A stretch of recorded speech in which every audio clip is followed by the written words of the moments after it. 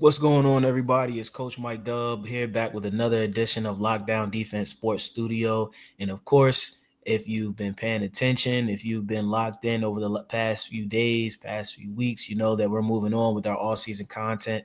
We've been having everything, from the draft to the schedule release to training camp, getting ready to open, signings, all of the above, and we're getting that much closer to the start of the season. So, of course, that means that it's time for some predictions. The schedule was released just a few weeks ago. We've had a time to look at it, digest it. We've had a time to think about, the moves that teams have made and who's heading in the right direction. And today we're going to be talking about who's heading in the wrong direction. So we talked a little bit about the NFC teams, and now we're going to talk a little bit about the AFC teams, right? Which ones are the teams that are going to be on the bubble, that are going to be, perhaps taking a step back? And specifically, we're looking at teams that made the playoffs last year. So are there any teams in the AFC that made the playoffs this year that if I had to put my money on it, wouldn't make the playoffs this year? Now, I will say this. This is a very special episode because I try to have, 2 to 3 different teams to talk about in each scenario anytime we do videos like this. But this time, I can only figure out one.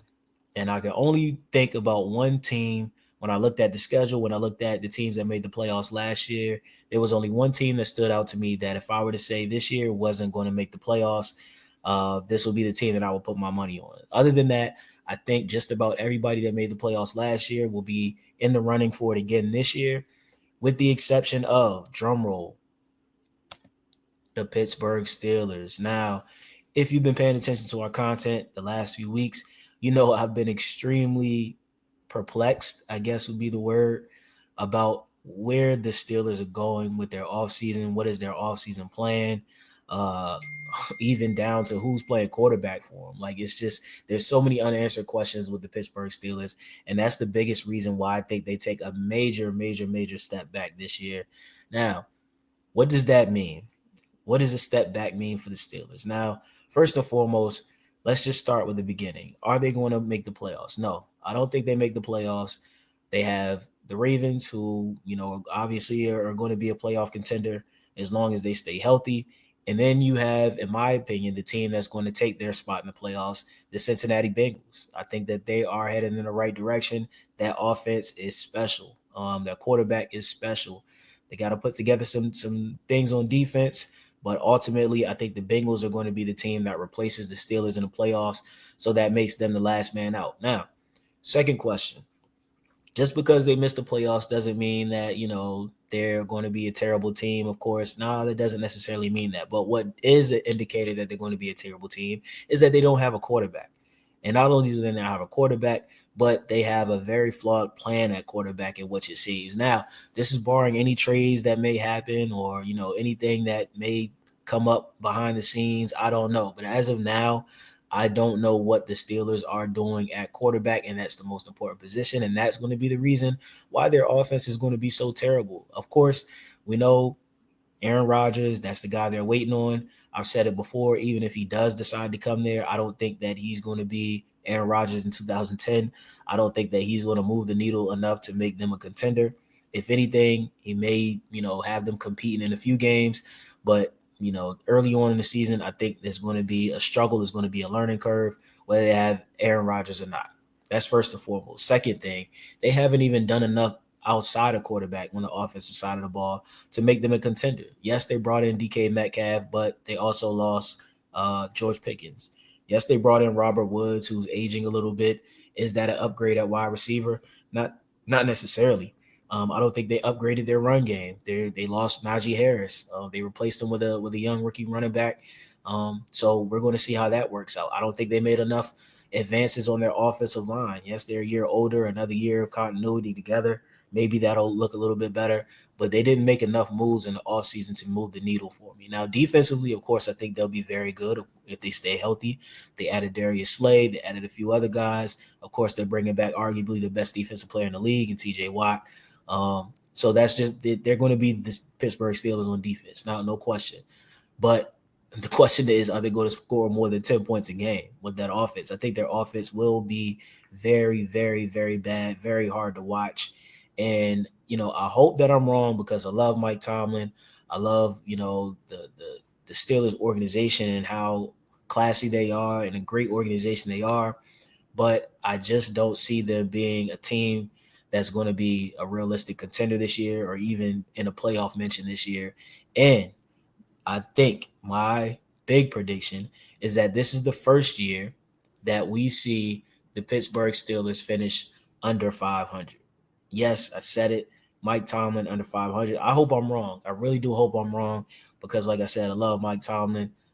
It's my guy, frat brother, great coach, legendary coach, Hall of Famer, but I just don't think that he's working with enough roster wise on that offensive side of the ball to be able to put together a quality team.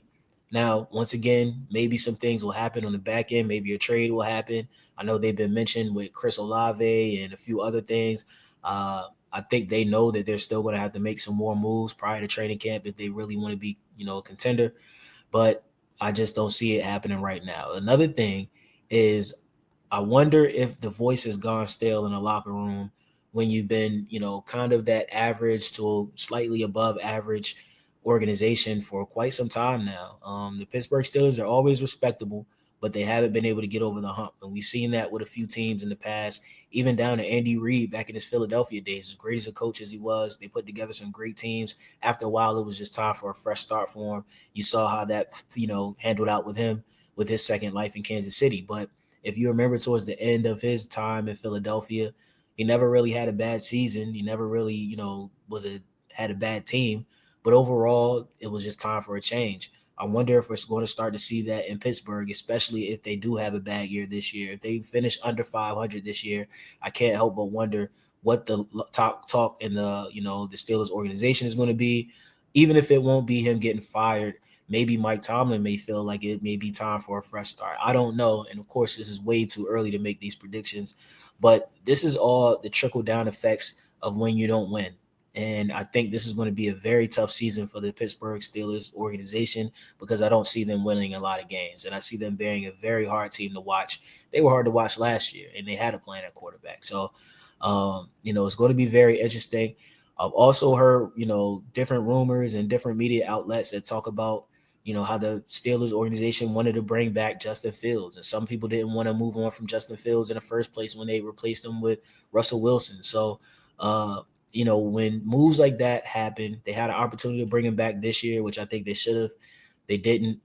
Moves like that happen. And then, if you start losing and it doesn't pan out the way that it should pan out, you can't help but wonder if guys are going to start rumbling in the locker room and start second guessing the coach and is not buying into the culture. So these are things that people don't think about when they think about what contributes to a losing team or a losing season.